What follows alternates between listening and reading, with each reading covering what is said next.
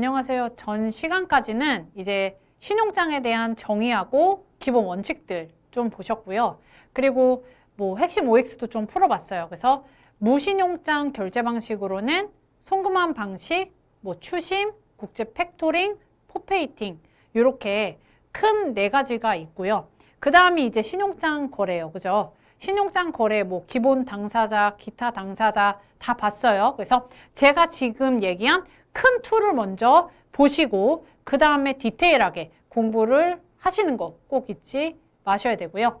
자, 오늘은 신용장 종류에 대해서 보실 거예요. 아마 이번 시간은 신용장 종류까지만 쫙 보실 거고요. 다음 시간부터 이제 UCP 600에 대해서 공부를 하실 건데 신용장 종류 같은 경우는 어떤 정의가 영문으로 나오고 그거에 대한 답을 찍는 문제가 굉장히 많이 나와요. 뭐 영문으로 나오건 아니면 한글로 나오건 정의를 주고 이게 어느 종류의 신용장인지 맞춰보세요. 이런 문제가 많이 나오기 때문에 종류도 반드시 알고 가셔야 된다. 이렇게 보시면 될 것 같아요. 자, 일반 신용장 보실게요. 선적서류 첨부 여부에 따른 구분이고 화환신용장은 지금 국제 거래에서 무역거래에서 일반적으로 사용되고 있는 가장 대표적인 거죠. 그래서 화환이라는 거는 개설은행이 수익자가 발행한 환어음이나 선적서류를 첨부할 것을 요구하는 신용장이에요. 자, 환어음과 선적서류예요. 아셨죠? 환어음과 선적서류. 이게 제가 조금 답답한 부분이 뭐냐면 실강을 하면은 이제 무의식에 이제 저도 강의를 하게 되면은 아다르고 어다른 게 인생에서 중요하잖아요. 말을 뭐 아다르고 어다르고 했을 때 상대방이 느끼는 감정이나 이해도가 틀리잖아요. 그것처럼 아까 전처럼 환어음이나 선적서류면은 또 막 이제 질문이 올라오죠. 그럼 환어음만 해도 화환신용장이에요? 아니면은 뭐 환어음 발행 안 하고 선적서류만 첨부해도 신용장이에요? 이런 질문이 많더라고요. 그래서 맥락을 좀 보시고 제가 가끔씩 급하게 말씀드리느냐고 약간 말이 꼬일 수도 있어요. 그럴 때 진짜 헷갈리시면은 바로바로 물어봐 주시면 돼요. 그래서 큰 틀로 좀 보셨으면 좋겠고 개설은행이 수익자가 발행한 환어음과 선적 서류를 첨부할 것을 요구하고 있는 신용장이에요. 아셨죠? 그래서 추심도 화환어음을 의뢰하잖아요. 이게 다 환어음과 서류가 첨부되어 있는 것처럼 화환신용장도 환어음에 당연히 선적 서류가 첨부된 거예요. 아셨죠? 그래서 환어음 선적서류 첨부된 서류고 요 선적서류는 당연히 뭐 BL 그 밖에 운송서류, 뭐 인보이스, 패킹리스트 이런 것들이 다 있죠. 그래서 이러한 서류가 화환신용장이고 이게 이제 국제거래에 지금 통상적으로 사용되는 신용장이다라고 알고 계시면 되고요. 자, 무환신용장, 클린크레딧이라고 해서 선적서류 제시 없어도 대금 지급을 확약하는 신용장이 되겠죠. 그래서 당연히 입찰보증, 계약이행 보증, 은행 지급 보증서 이런 것들이 있고요.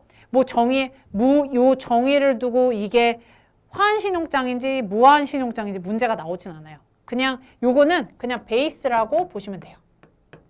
그래서 화환신용장이 우리가 지금 알고 있는 신용장이다. 이렇게 보시면 됩니다. 자, 취소 가능 여부에 따른 구분이고요. 취소 가능 신용장과 취소 불능 신용장이 있죠. 취소 가능 신용장은 신용장에 이제 취소 가능이라고 표기가 되어 있는 거예요. 그러니까 신용장이 발행되고 나서 수익자 또 즉 이제 수출자에게 어떠한 통지가 없이 바로 일방적으로 이제 취소가 되거나 조건 변경이 될 수 있는 게 신용장이에요. 근데 이게 문제가 많죠. 왜? 굳이 수출자와 수입자가 매매 계약을 체결할 때 신용장 거래로 해놨는데 이게 취소 가능 신용장이면은 마음대로 취소가 되고 조건 변경이 돼버리면 이미 수출자 같은 경우는 불안정하죠. 그래서 UCP 500에서 UCP 600으로 개정되면서 아예 이 취소 가능 신용장은 없앴습니다. 인정을 안 해요. 아셨죠? 그래서 지금은 취소 불능 신용장만 있다. 이렇게 보시면 돼요. 그래서 신용장에 취소 불능이라고 명시가 되어 있구나. 아무런 표시가 없는 경우에도 이건 당연히 UCP 600에 따라서 취소 불능 신용장으로 봅니다. 자, 다시 정리하면 신용장에 취소 불능 표시라고 있건 취소 불능이란 표시가 없건 그 신용장은 당연히 취소불능 신용장이에요. 아셨죠? 자, 신용장이 개설되면 기본 당사자의 전원이 합의하지 않는 한 조건 변경이나 취소가 불가능한 신용장이 바로 취소불능 신용장이다. 자, 기본 당사자 누구였다? 수익자, 발행은행, 있는 경우의 확인은행이에요. 아셨죠? 제가 자꾸 앞에 있는 경우라고 하는 건 UCP 600에서도 계속 그렇게 나오고 있고요. 신용장의 확인을 추가하는 경우도 있고 안 하는 경우도 있기 때문에 추가하는 경우만 확인은행도 기본 당사자에 들어간다. 이렇게 정의하시면 돼요. 자, 그 다음 타은행 확인 유무. 자, 확인 신용장. 확인 신용장이란 개설은행 이외에 제3의 은행이 수익자가 발행하는 환어음의 지급 인수 매입을 추가적으로 확약하고 있는 신용장이다. 확인 신용장은 발행은행의 확약과 독립적인 확약이다. 그래서 발행은행이 수건 또는 요청을 하는 경우에도 확인은행은 확인을 할 수도 있고 안 할 수도 있어요. 그래서 확인 신용장은 이렇게 수익자가 발행하는 환어음의 지급인수 매입을 독립적으로 하는 은행을 확인은행이라고 한다. 똑같이 지급인수 매입은 결제라고 합니다. 이렇게 보시면 돼요.